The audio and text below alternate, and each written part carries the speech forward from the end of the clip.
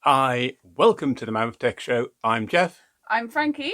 And today we're looking at mechanical keyboards. We have here... This is the Corsair K63. And here, just slightly out of shot, I'll just bring it into shot, is the Redragon, and remind me what it was? It's the K552 with the UK layout. Yes, they both got the UK layout because that's where we are. As you can see, they are both 10 keyless, which means they don't have the number pad on the right-hand side, which makes them useful for more restricted desk room situations. I have a 10 keyless because I generally have a separate number pad. Or if you have a separate number pad, yes.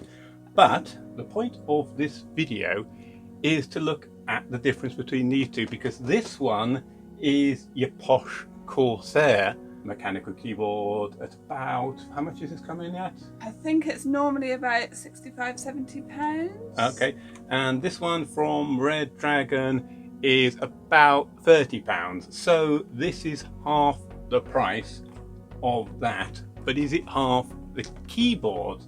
So we're going to have a look and find out. Do you need to pay all that money? That's your daily driver. This is my daily driver. Yeah. So to put everything in a bit of context, keyboards, I'm very fussy with keyboards. I come from a secretarial background. I like a responsive keyboard, so I went with a slightly more expensive one. And you thought you'd... I thought I'd save some money.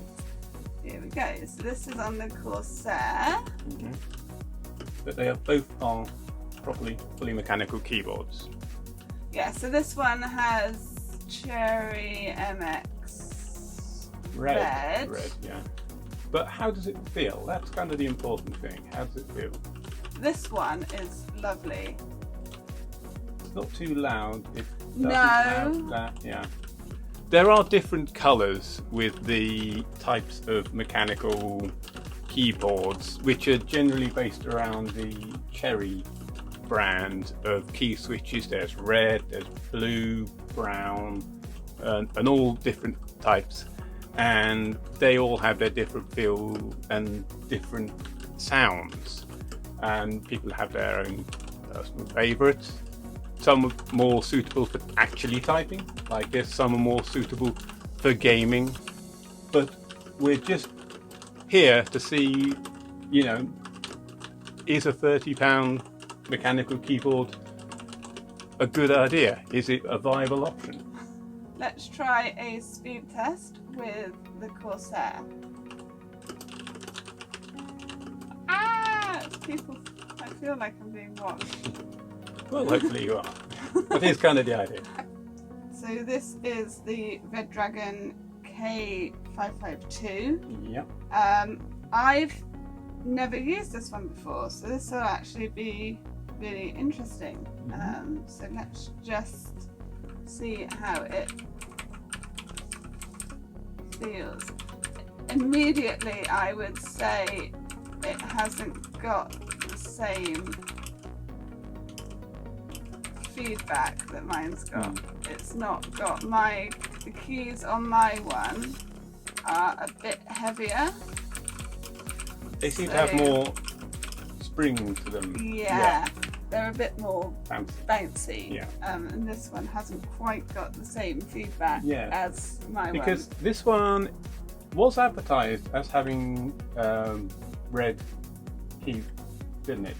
Red keys. Yes. Although I'm not sure, it is quite a bit louder and it sounds more mechanical. Yeah. It definitely sounds more mechanical. I quite like that feel, and that sort of noise that they make is quite nice. I mean, it would be terrible if you were on a call or something. Yes. The keys have got a bit of a squeak to them on this one. Well, not really a squeak, more like a ring. Yeah. You might be able to hear in a minute when I go through the speed test. But, I think it's the springs, they sort of slightly resonate, which again I actually quite like. It just has a generally more mechanically feel to it. I kind of have a feeling these are more blues, and are probably more suitable for gaming. They don't have so much resistance as you press. No. So you'd press quicker. Do you want to have a go at the speed test?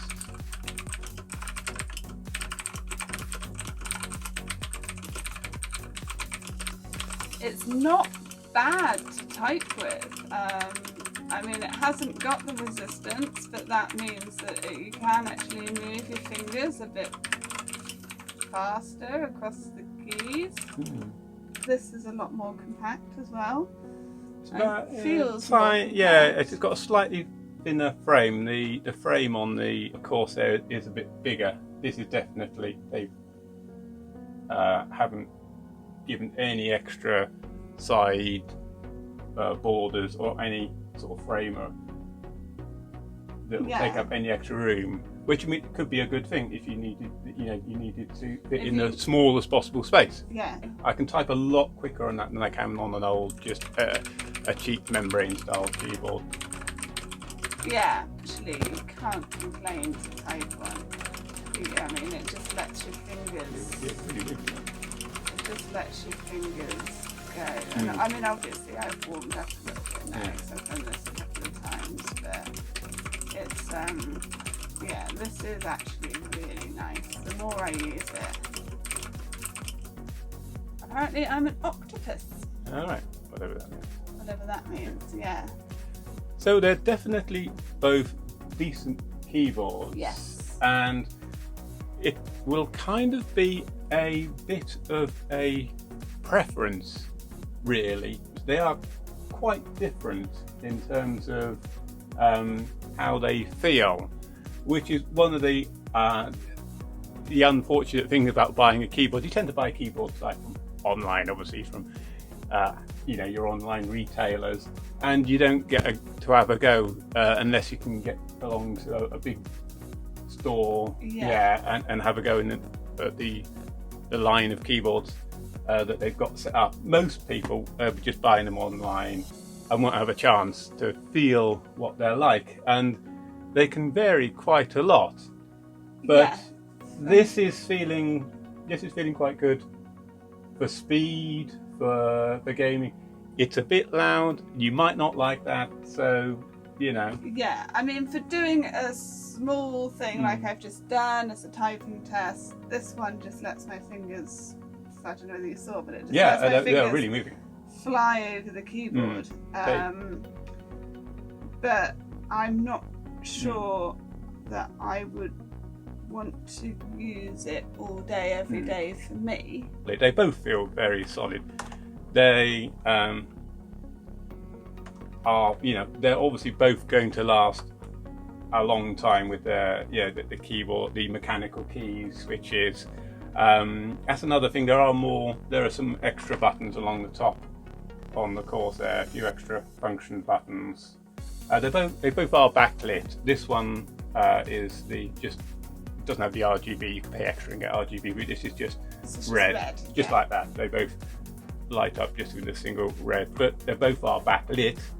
But they both feel solid. They both, even though this is only 30 quid, this feels like it's not going to fall apart after a few weeks. Feels. I've had this for a month or so now, month and a half, hammering away on it every day, and it feels just as solid. Yeah. You can't go wrong with this. Yeah, and certainly if you're going to be spending 30 quid on the keyboard, it's best to spend, I would say, 30 quid on a keyboard, a mechanical keyboard like this, than spend 30 quid on a branded non-mechanical keyboard. Yes. That's a membrane type keyboard, something like that. That's, even though it'll be branded, it's not going to be as good. So if you are looking to get a keyboard for your home office or wherever, then this sort of keyboard, the 30 quid mechanical keyboard, certainly this one here, that is definitely a good route to take. Yeah. I mean, if you can afford and you want to go for your for Corsairs, me, fair enough. But you're not gonna regret. No, I don't think Yeah, I don't think no. you'd regret it. We've had a look at a few reviews, and that the Corsair came up in quite a few of the reviews as a very good as the recommended mid-range kind of keyboard, which is why we went for it. But then we found this one, and yeah, I mean it's as we've just discussed, A solid option. In all senses. If you can't afford the more expensive branded ones, then I would, thoroughly recommend this one. Yeah, definitely go for mechanical over just the membrane or the domes, or just basically the non-mechanical, because they're just not going to last as well. This is the first mechanical keyboard I've had, and I love it. Yeah. I wouldn't go back to having a non-mechanical keyboard now. Yeah. If I had to replace it, I'd go with another mechanical. And if you have your preferences, let us know what they are in the comments. Would you go for a cheap brand mechanical, or would you go for the brand and sacrifice the mechanical? What are your thoughts? Let us know. We're interested to. Yeah, very interested to find out. It's been a really interesting episode for me because I've never actually used this keyboard before. I mean, obviously there's no beating, if you can and you're looking for a keyboard, to go into a shop and actually bash your fingers against the keys. Yeah. But if you've got that option, but if you don't and you can't for whatever reason, then obviously these are the only two that we can recommend, so the only two that we can get our hands on. Yeah. But there are certainly a lot more brands of mechanical keyboards around, known brands and cheap brands as well. But in the sphere of cheap brand keyboards, the Redragon is quite well known. Yes. I mean, I would certainly recommend it myself. I'm very happy with it. I've got no qualms in recommending it if that's your budget. So, as we said, give us your ideas on your preferences for keyboards, and if you have any experience with either of these ones or any other ones that you would recommend, then let us know. If you found this useful or just a bit entertaining, then likes are great, aren't they? They are indeed. They really do help. And if you'd like to see more from us, then why not subscribe? But for the time being, I've been Jeff. I've been Frankie. This has been the Mammoth Tech Show, talking about keyboards. Mechanical keyboards. Yes, mechanical keyboards. And you've been very kind to watch. Thank you very much.